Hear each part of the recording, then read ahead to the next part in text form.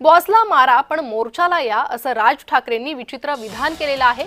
1 नोव्हेंबरच्या म्हणजेच उद्याच्या मोर्चासाठी येण्यासाठी राज ठाकरेंचं हे विधान।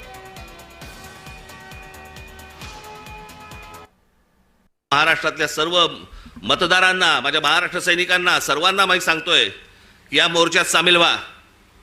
महाराष्ट्रामध्ये काय प्रकारचा राग आहे हा या मोर्चामध्ये तुम्ही दाखवा। तो व्यक्त करण्यासाठी म्हणून तुम्हाला तिकडे यावं लागेल, सर्वांना यावं लागेल। आज नोकरी होती, बॉसने नाही सांगितलं, बॉसला मारा।